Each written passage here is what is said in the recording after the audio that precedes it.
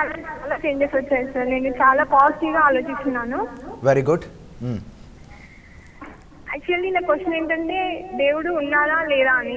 మా ఫ్యామిలీలో చాలా భక్తి ఎక్కువ, నాకు కూడా. అంటే మా ఇంట్లో వాళ్ళకంటే ఇంకా ఎక్కువ అన్నట్టు. నువ్వు ఇలా ఎందుకు చేస్తున్నావు, అలా చేయకూడదు, ఇన్ని రోజులు నువ్వు చికెన్ అది తినకుండా ఉండొద్దు, ఇలా అసలే నువ్వు బక్కగా ఉన్నావు, తినాలి అని మాట్లాడుతున్నారు. కొంచెం చెప్పండి. అండ్ ఇంకో క్వశ్చన్ ఏంటంటే, నేను 2 years నుండి జాబ్ కోసం ట్రై చేస్తున్నాను. అంటే ఫస్ట్ మా ఫ్యామిలీ కోసం అని పార్ట్ టైం గా చూసుకుంటూ మళ్ళీ గవర్నమెంట్ జాబ్ కి ప్రిపేర్ అవుతున్నాను. యాక్చువల్లీ ఏంటంటే నాకు గవర్నమెంట్ జాబే కావాలి అలా అని ట్రై చేస్తున్నాను. ఇప్పుడు ఆ ప్రైవేట్ కూడా వెళ్ళకుండా ఇంట్లోనే ప్రిపేర్ అవుతున్నాను. సో నాకైతే 100% కాన్ఫిడెన్స్ ఉంది. వన్ థింగ్, భగవంతుడు ఉన్నాడా లేడా అని అంటే భగవంతుడు ఉన్నాడు. ఓకే, ఆ భగవతత్వం అన్నది మీరు మనందరము చూస్తూ ఉన్నట్టు విష్ణుమూర్తి అలంకారము, అంటే ఒక చేతిలో చక్రము, ఇంకో చేతిలో శంఖము, ఇంకో చేతిలో గద, ఇంకో చేతిలో తామర పువ్వు పట్టుకొని పట్టు పీతాంబర వస్త్రములు ధరించుకొని ఉంటాడు అని చెప్పేసి అంటూ ఉంటారు.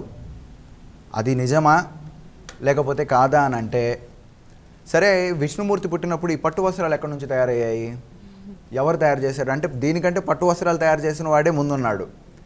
ఆ పట్టు వస్త్రాలు తయారు చేసిన వాడిని ఎవరు తయారు చేశాడు? ఇలాంటి లాజికల్ క్వశ్చన్స్ అందరూ మనల్ని బయట అడుగుతూ ఉంటారు. అది కాదు భగవత్ తత్వం అంటే. అది తత్వాన్ని బోధిస్తుంది. ఒక్కసారి అందరికీ క్లారిటీగా అర్థమయ్యేటట్టుగా చెప్తాను చూడండి. భగవంతుడు అంటే ఏంటి? విష్ణుమూర్తి యొక్క చేతిలో ఏముంటుంది? చక్రం ఉంటుంది. చక్రం దేనికి సంకేతము? కాలము, ఎక్స్పాన్షన్, అంటే టోటల్ కాలమే అతను అని అర్థం అనమాట. ఇంకో చేతిలో ఏముంటుంది? శంఖం ఉంటుంది. శంఖానికి మీనింగ్ ఏంటి అని అంటే vibration. In every vibration there is a Vishnu. అంటే విశ్వంలో ఏ వైబ్రేషన్ ఉన్నా, మాట్లాడుతున్న వైబ్రేషన్, వింటున్న వైబ్రేషన్, నడుస్తున్న వైబ్రేషన్, శ్వాసిస్తున్న vibration, everything is vibration. Without vibration there is no universe. ఆ వైబ్రేషన్ కూడా విష్ణువే. గద ఈ యొక్క యూనివర్స్కి ఒక రూల్ ఉంటుంది. ఆ రూల్కి వ్యతిరేకంగా కనుక వెళ్ళాము అని అంటే దెబ్బ కొడుతుంది. ఇప్పుడు కరెంటు మన ఇంట్లోనే ఉంది కదా, నా కరెంటే నేనే బిల్లు కడుతున్నాను, నేను ఏలు పెట్టాము అంటే ఏమవుతుంది? షాక్ కొడుతుంది. దూరానికి వ్యతిరేకం అది, అంటే రూల్కి వ్యతిరేకం. దాన్ని అలాగే ఉంచాలి, దీన్ని ఇలాగే ఉంచాలి. అట్లా కనుక ఎవరైనా ఈ యొక్క రూల్ ఒకటి ఉంటుంది, యూనివర్సల్ రూల్. ఆ యూనివర్సల్ రూల్కి అగైనెస్ట్గా వెళితే ఆయన దండించడం జరుగుతుంది. ఇది ఎవరికి అర్థమవుతుంది?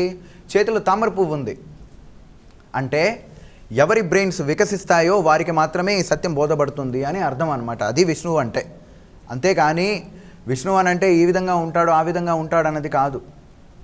బ్రహ్మను తీసుకున్నామనంటే 4 తలలు కలిగి ఉంటాయి, పాస్ట్, ప్రజెంట్, ఫ్యూచర్. ఓకే, ఇంకొకటి నీవు. నీ యొక్క బ్రెయిన్కి ఎట్లాంటి ఆలోచనలు వస్తాయి? పాస్ట్ వస్తుంది, ప్రజెంట్ వస్తుంది, ఫ్యూచర్ వస్తుంది. ఈ మూడికి సంబంధించిన ఆలోచనలు. ఎవరా బ్రహ్మ? నువ్వే. నీ జీవితానికి ఎవరు తయారు చేస్తున్నారు? నువ్వే. దేని మీద కూర్చొని ఉంటాడు? తామర పువ్వు అంటే ఎక్కడ? బ్రెయిన్, దీంట్లో కూర్చొని ఉంటాడు. ఇది దీని అర్థం. 2 ఇక్కడ ప్రతి ఒక్క విగ్రహానికి దానికి ఒక సింబాలిక్ అర్థాలు ఉన్నాయన్నమాట. మీరు కనుక చూశారంటే అమ్మవారి యొక్క చేతిలో ఒక దగ్గర చెరుకు గడ, ఇంకో చేతిలో శూలము, ఇంకొక దగ్గర ఇలా ఉంటుంది. అవన్నీ ప్రాకృతిక సత్యాలు అనమాట. శక్తుల గురించి వివరించడం జరుగుతుంది. దాన్ని మనం పూజ చేసేటప్పుడు అటువంటి ఎనర్జీ మనకి రావడం జరుగుతూ ఉంటుంది. అంతేగాని భగవంతుడు ఇలా ఉంటాడు, అలా ఉంటాడు అనేది భగవంతుని డిస్క్రైబ్ చేయలేము. అది ఇక్కడ ఉంది, అక్కడ లేదని లేదు.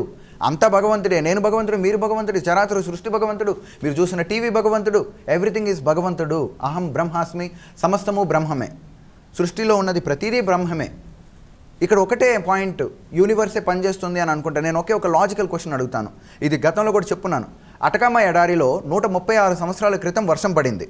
మనం హైదరాబాద్లో తీసుకున్నాం అనుకోండి, నిన్న మొన్న అన్ని ఏరియాలో వర్షం పడింది.